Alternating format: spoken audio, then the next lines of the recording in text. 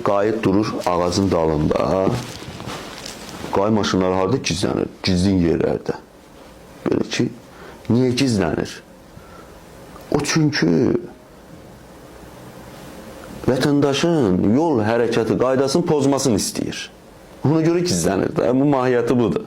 Əgər sən bu yol hərəkəti qaydasını pozmasını istəmirsənsə, niyə gizlənirsən? Açıq yerdə dur, o da səni görsün, özünü düzəltsin də.